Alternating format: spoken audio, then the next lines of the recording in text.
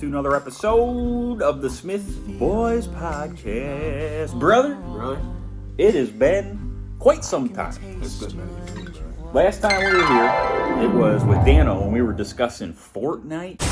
I hit my PlayStation Plus. Because that was all the rage. Now, brother, Fortnite has went by the wayside from the Smith Boys. Yeah, for the Smith Boys, yeah. The new Fortnite is dead.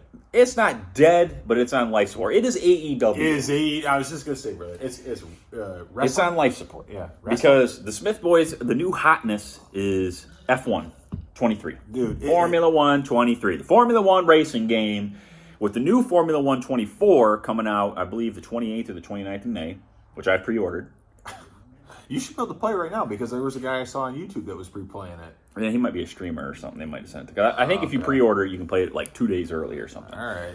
So, brother, Formula 1 has taken off with the Smith Boys. Now, you have always been, for the, last 5, 6, 7 years, you've been a Formula 1. 5, 6, 7 years? I'd say it lasts like 20 years. Dude. 20 years? Yeah. 20? 25 years, probably. Brother's been a Formula 1 guy for a while. I'd say since the early 2000s, I have habitually watched Formula 1. And yes, you've watched Formula 1. You got into it because Dad is a racing guy. Yeah. Dad used to race.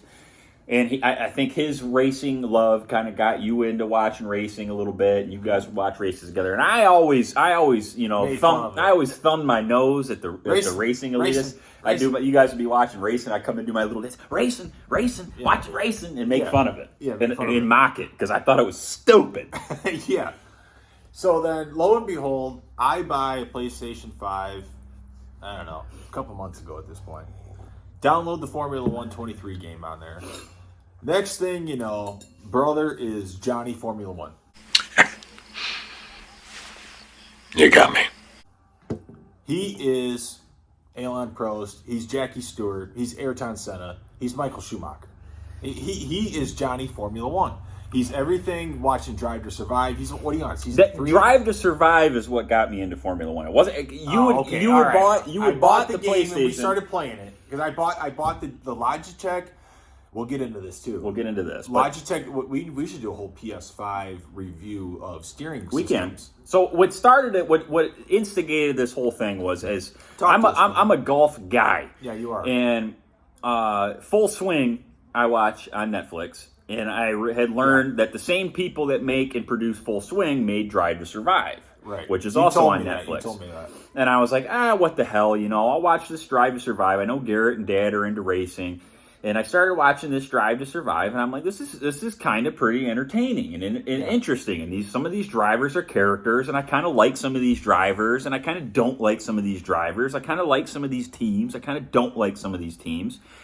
So I watched like the whole first season, and I was into it. And I'd come over and I'd be like, I'm watching Drive, and you would watch Drive to Survive the first like 4 seasons. Then you fell out of it because I got too like soap opera-y, which is what I've learned Formula 1 is a soap opera. But for me though, like I had lived these seasons every race. Like I had watched every race. I believe it starts in like 2018, I think, is where Drive to Survive starts. I think the first season. There's 6 seasons. Because I've been able to record every Formula 1 race for years with the system I have. It's like I think I have probably watched every Formula 1 race for like 15, 16 years.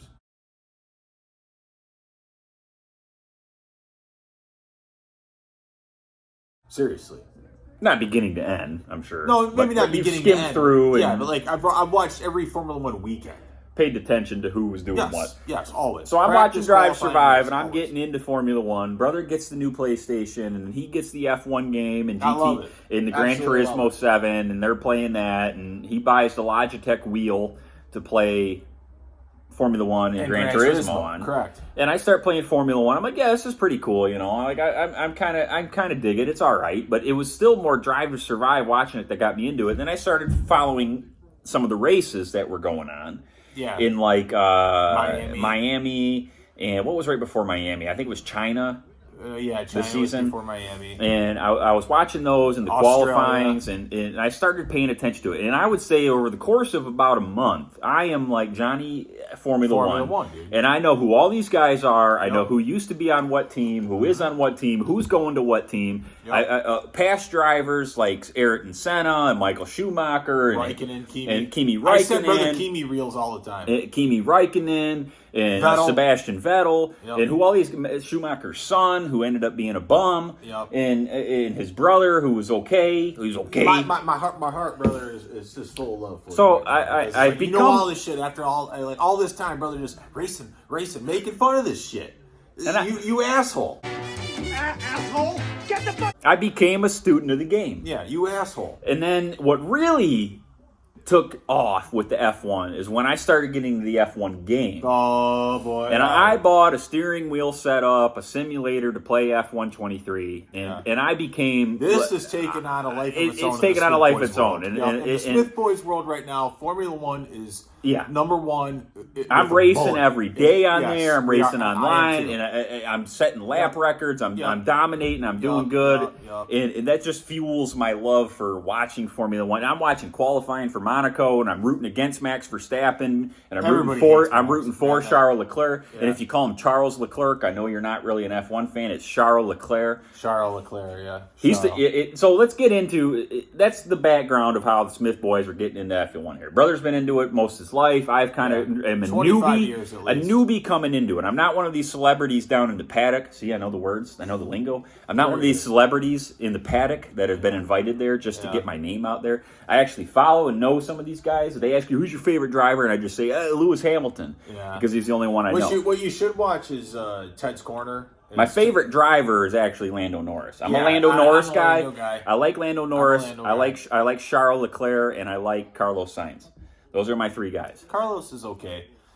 Carlos seems like a cool dude. He reminds me of Pablo Pascal, the actor. Yeah, a little like bit. if they made a movie about Ferrari and they got to the term of Leclerc and Carlos Sainz, Pablo Pascal or Pedro Pascal? Pedro Pascal would play Carlos Sainz. Yeah, for sure. So, brother, let's bring it up to the season here. Let's do a little bit of an F1 outlook for the remainder of the season. Where are we at in this season? Monaco just wrapped up, and qualifying ended up with Leclerc as the pole sitter. Right. See the lingo there? I know all the lingo. He's the pole sitter. Pole sitter, yeah. Piastri was second. Leclerc won. We're glossing over the whole story of the fact that Leclerc is the first Monegascan to win at Monaco because he's from Monaco. Yeah, his brother. He has been damn close for a couple seasons now, but has had horrible luck throughout the course of his couple races where he was in prime position. I believe he was a pole sitter twice at Monaco before this and ended up getting screwed and having bad luck and lost. And he finally won this time, and then Piastri came in second from McLaren. Yeah. Sainz in third. I like Piastri though. He's good. Sainz came in third from Ferrari, and Norris came in fourth. So 1, 2, 3, 4, Ferrari, McLaren, Ferrari, McLaren. Yeah. George Russell in fifth from Mercedes, and Verstappen in sixth from Red Bull. So it was basically where everybody started is where they finished, which is kind of what happens at Monaco because there's very little overtaking.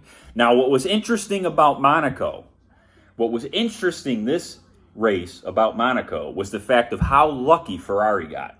And how lucky Carlos Sainz got, because in the first turn, Carlos Sainz got a puncture on his front left tire and had to abort going through Casino Square. Him and Piastri were going around the first corner there, and they were just like this. And Piastri's up against the wall, and Sainz just touched that little side pod where he's got those three little ribs. Little serrated ribs. Yeah, those little serrated ribs. Punctured his tire, and he had to abort to the left going into Casino Square. Yeah, and Norris, and they pointed to this Davidson and Jenson Button. You missed the Jenson Button era, but Jenson Button was a damn good driver back in his day. Anthony Davidson was a shit driver. He always drove for shit cars, and he only lasted like 2 years. But Jenson Button was a former world champ, and Jenson Button knows his shit. So anyways, he just kissed Piastri right there. And then Norris did really good by knowing Sands is effed right here. Sands is fucked. Yeah. And so he kind of laid back. Sands pulled off, and then it was on from there. Everybody passed, and then late in the back of the grid, Perez, Magnussen, and Hulkenberg got into a little incident. Yeah, and then why Perez is all the way back in 18th? Oh, he had a horrible quality. He didn't get past qualifying. He didn't get past Q2. Perez, Checo is a bum. He is a bum, and Magnussen, they were under investigation. The FIA was investigating Magnussen for that. How he kind of bumped him. I thought it was a racing incident. Nothing, just an incident on the race. And yeah, be that as it may, those three got wiped out. The two Haas cars and Perez got taken out and didn't finish. So, what was lucky about this is that the crash was so bad there was a red flag that delayed the race for about 30 to 40 minutes. Checo's car got destroyed. And the fact that Sainz then was able to pit and they restarted the race in the grid positions of what they started in. It was a standing start. So Sainz was able to restart the race in third place instead of last place. And then they could all change their tires. So they all kind of started with like mediums. So there was their tire change. Yeah, there was. And so they all switched to hards and were able to finish the race in hards. Boom, done. Race is done. So that's Monaco. In a nutshell, that's Monaco. It's always been Monaco. It will always be Monaco. Just the way it is. It's all pop and glamour and ritz and glory and all that kind of shit. There's a love-hate relationship. It seems like people love it. Like Monaco's the gem of Formula One, but people hate it because it's not exciting because there's no overtaking really. No. But I like it because when I've been playing the F1 23 game, I love driving on Monaco because I've gotten good at driving on the game, and I feel like if you're driving in Monaco on the game and doing well and racing clean, you're pretty good. Translate to any track. It means you're doing pretty good because you're flying through the course and through the track, and it's fun. So, brother, let's bring up the standings and see where we're going because this was a big deal for the fact that Verstappen, who has been leading the season and kind of running away with it, and Red Bull, who was kind of running away with it, took kind of a hit a couple weeks ago in Miami because Lando surprisingly won Miami, where Verstappen has never lost, and Lando won that. Miami's a funky track. Brother don't like the American courses. He only likes Texas. I love Texas. He only likes Austin. He only likes the Circuit de Americas. Well, not to get off on a tangent, but I like all the American tracks. I think they're all pretty cool. The Austin track has a lot of similarities to Silverstone, and that's what I like about it. Yeah, in the sense that it's got a lot of similarities just in that little S spot. But other than that, I don't see it because Austin has a lot of elevation changes, and Silverstone doesn't have any. You know what's turned out to be my favorite track is Yas Marina. That's a fun one. My favorite is Spa. In Belgium. Oh, Spa, yeah. Spa's my favorite. So let's get back on track here, brother. Let's keep it on track. Yeah. Let's see where read off the point standings for drivers first. Drivers Championship first. Okay, where are we at? Okay. In what race are we in? How many races do we have to go? All right. So, anyways, here's your top 5 guys. Guys. Max with a 30-point lead over Charles Leclerc. Whatever. Charles Leclerc. Lando in third. And Lando is 55 points behind Max. Sands is in fourth, and Sands is 60 points behind Max. But Ferrari's doing pretty damn good. Yeah. They're having 2 and 4. Yeah, and then you got Checo, and then you got, I'll throw in Oscar Piastri because he's in 71. Where's he at? 6th? Yeah, he's like 100 points behind Max. And Checo is 60 points. So you got basically a 3-way race between Red Bull, McLaren, and Ferrari. Now your constructors is Red Bull, Ferrari, McLaren. Exactly. And you got 276 for Red Bull. Ferrari is 24 points behind, and McLaren's 70 points behind. Now, what track are we in? I think we're on 9. I think we're going into 9, or this was 9. Let's see here. Monaco is round 8. Okay, so we're going into 9 at Canada, which is another one of my favorite tracks. Canada's a great track. In Montreal.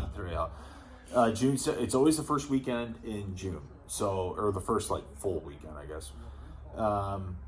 Canada's a great track. Great track. Fast track. I think that is Lewis's favorite track. I think one of his favorite tracks. I think he's won there 6-7 times. Well, he's won everywhere 6 or 7 times. But I think he holds the record for the most victories in Canada. It doesn't spread. He has the record for the most victories in general. Yeah. So, And I'm a Lewis guy. I like Lewis. Lewis is the best Formula One driver I've ever seen in my life. And we can touch on that, too, a little bit, because we can do a whole podcast on where he's going next season. Oh, yeah. But all right, anyway. so we're going to Canada next. How many races are left, brother? That'll be 9. I believe there's 24. There is 24 rounds. Okay. Yep. So you got 15 more rounds to go.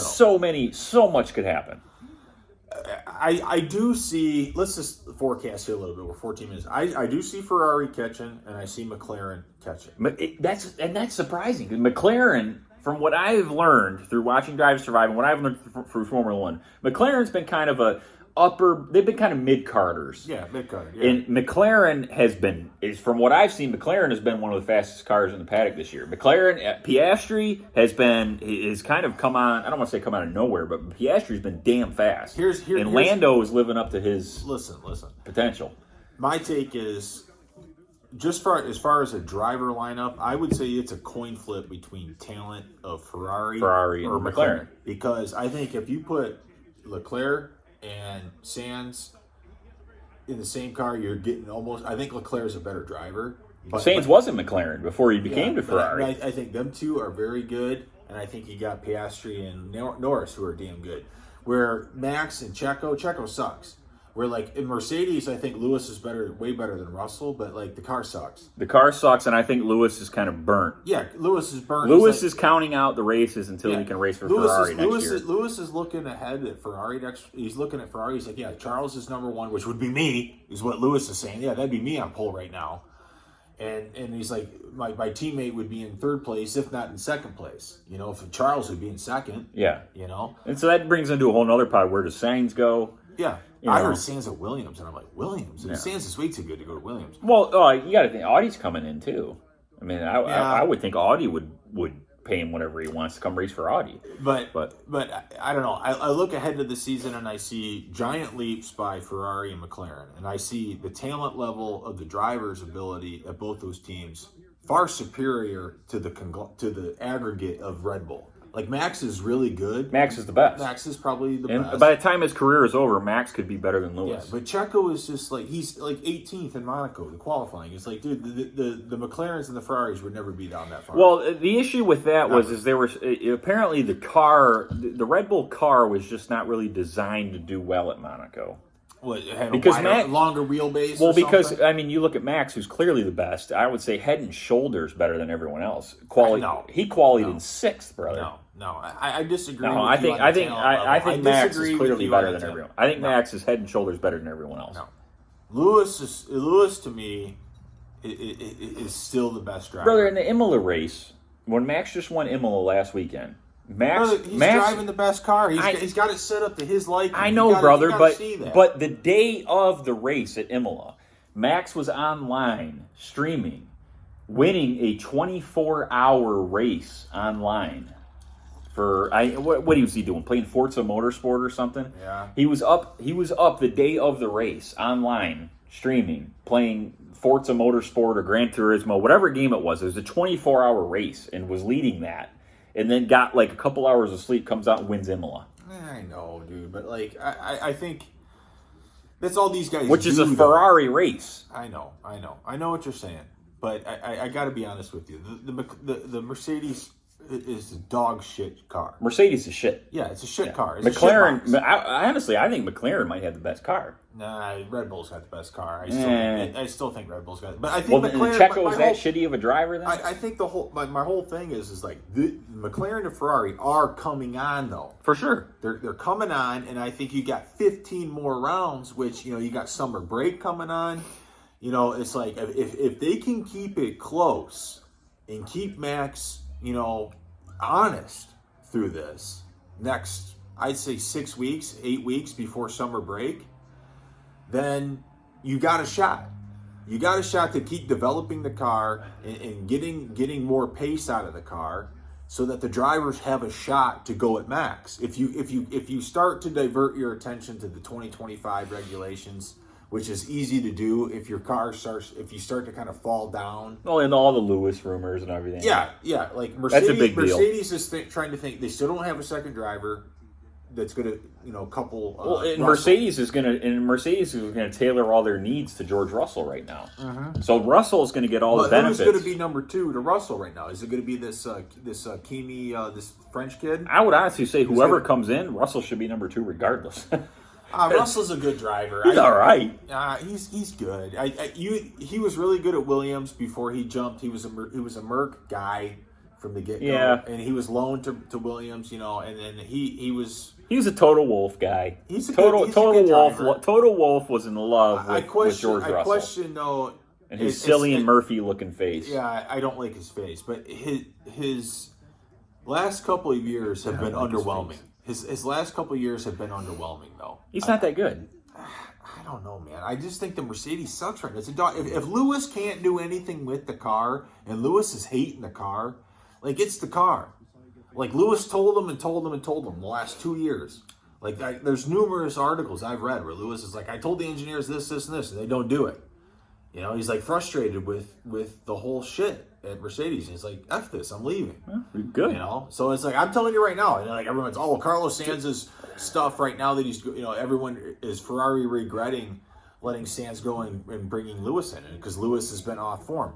It's like, I'm telling you right now, Lewis, dude, is like the best driver I've ever. I think Lewis. He's amazing. I think Lewis getting a change of scenery with a new team with a huge name like Ferrari too. I think is going to reinvigorate him. I've seen that dude since 2008, his rookie year. I have watched him his entire career. He is phenomenal. Wouldn't it make sense then that Sainz and Lewis just flip teams? If I was Mercedes, I would go after Carlos Sainz. Yeah, I think Sainz is a top 5 driver because you're going to go after a guy or a kid like he's going to be the Oliver Bierman, who's a Ferrari reserve driver, or you're going to go to this Kimi Elakinen, this other French is a Finnish driver. It's one of those two guys, and there might be a third guy that I can't remember. Sainz is a top 5 driver in Formula One right now. I don't know why you wouldn't just sign. I don't know why you would just pay him. I would say so. But we could do a whole pot on we should do a whole pot on just the whole Lewis dynamic of Ferrari and everything, and Sainz leaving and anything. Anyway, but I as it comes to the Constructors' Cup, which tends to be kind of bigger than the Drivers' Championship, depending on who you talk to. The most money comes from the constructors. Like you get the most money. I would say I think Ferrari is going to win this thing. The constructors? I think for sure. Yeah, because I think the team of Leclerc and Sainz together, and they seem to work as a unit better. And Ferrari is kind of becoming like that. They kind of have that. If you watch Drive to Survive, and I hate to keep plugging that, but DTS.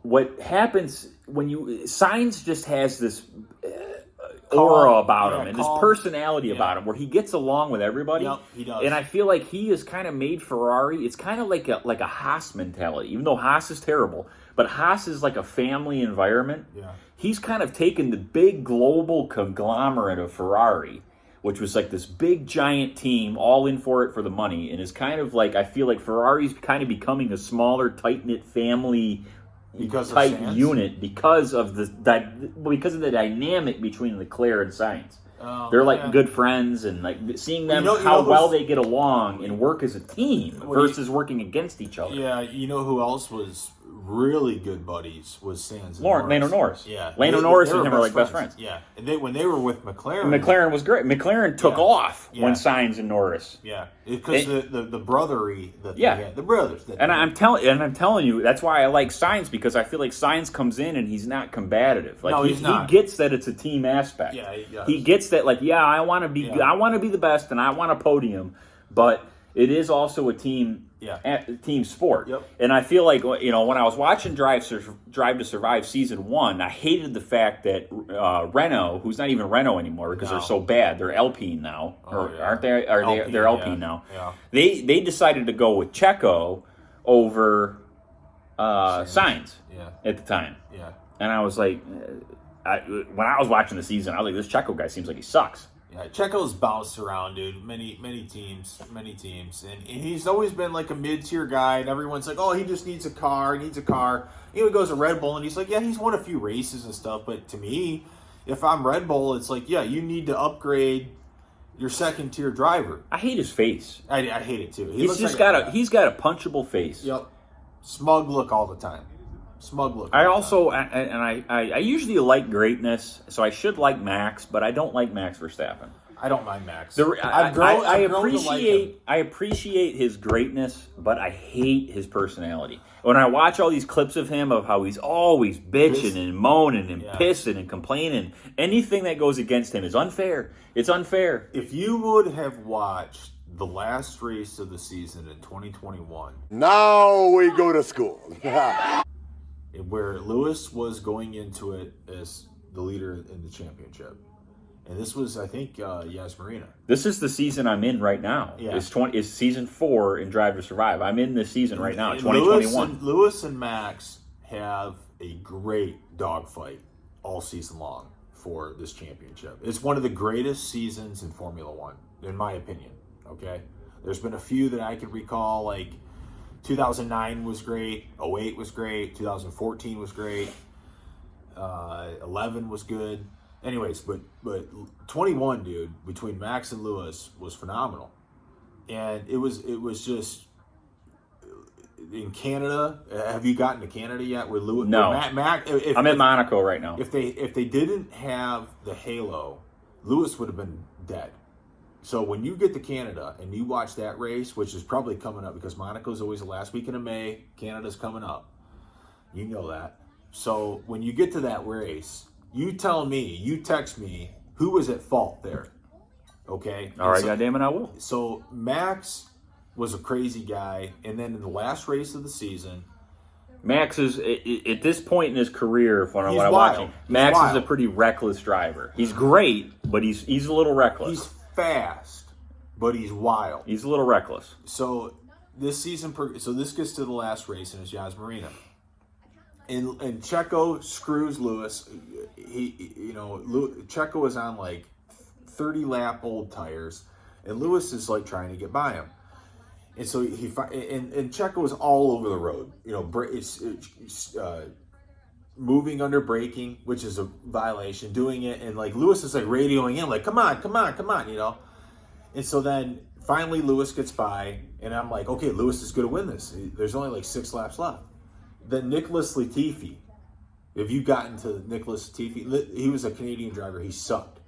So he spun out, crashed, safety car. Max goes in, changes tires, and then they allow all the lap cars to come back around. So Max is right on Lewis's reset.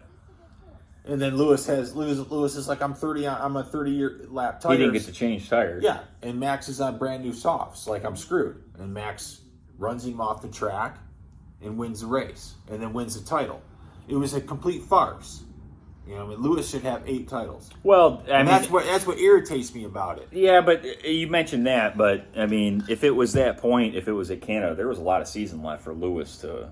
Oh, for sure. But dude, it was tight all the way through. When I say tight, dude, I mean tight. Silverstone, you haven't even got the Silverstone yet. But you're talking like 8 races in, 9 races in out of 23 at the time. I mean, like, dude, it was one of the best seasons of Formula One I've ever seen. So I got, brother, to keep it on track and to wrap this up, the Formula One pod, the first Formula One pod on the Smith Boys podcast. I can't believe we're even doing. I'm totally amazed that you're even talking Formula, and you even know what I'm talking about. Yeah, it was amazed to me. I've become a student of the game. Yeah, you have. I think Ferrari is going to win the Constructors' Cup. I think Max is going to win his 4th title. I'm a Ferrari guy. I don't. I mean, you're one of the. What are you? One of those Tifosi? Tifosis. Yeah, I'm a Ferrari guy.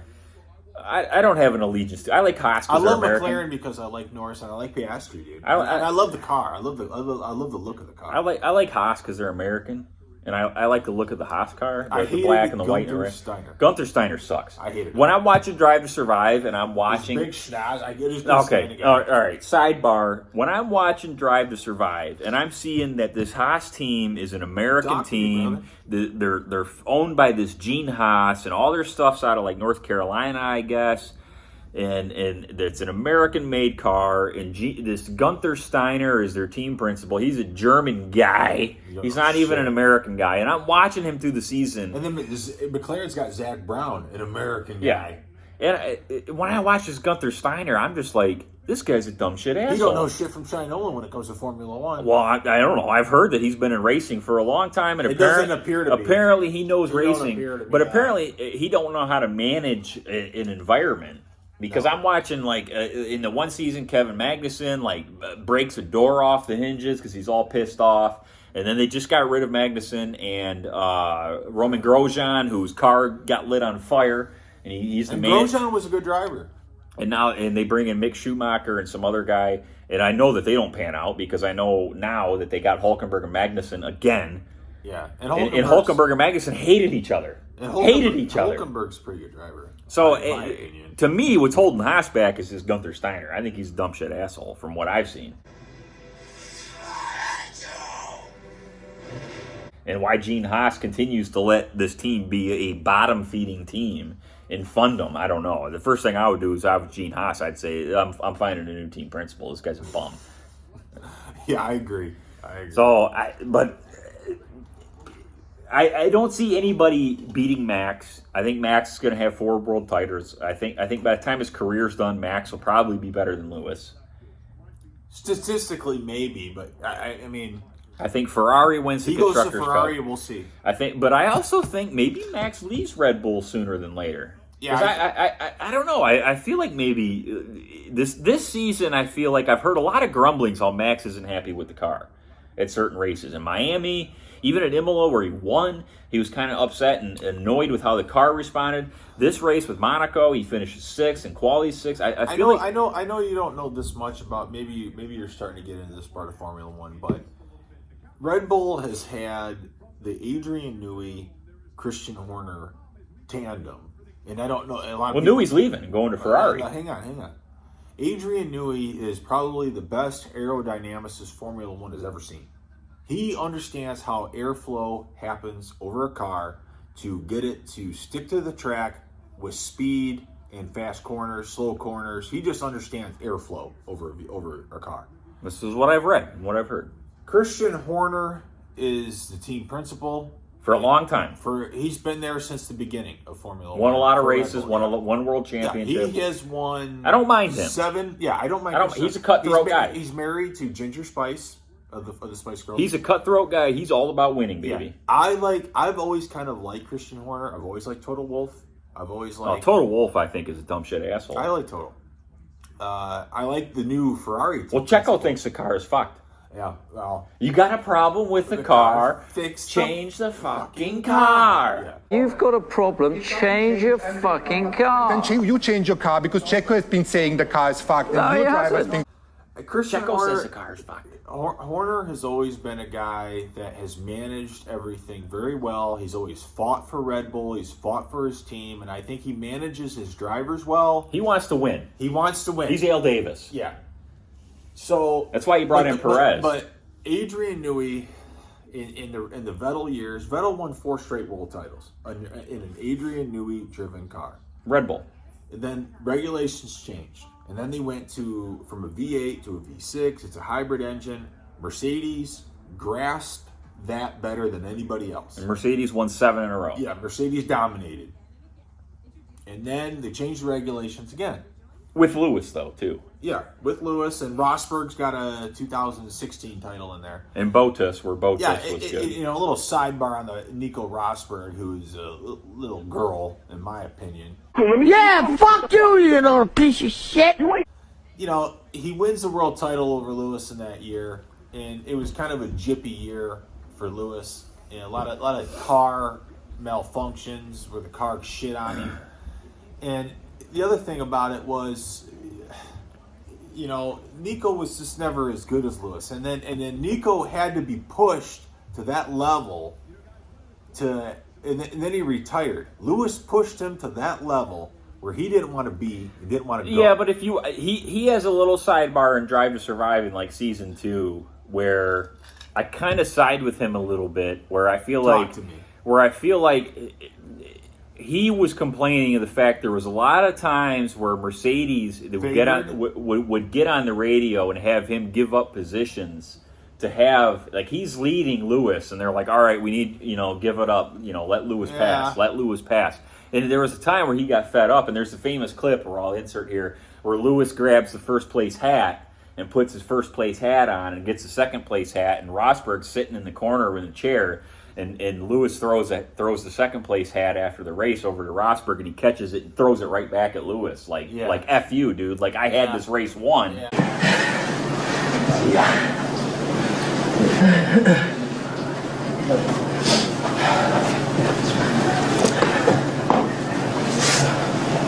And then they told me to give it to you. Yeah.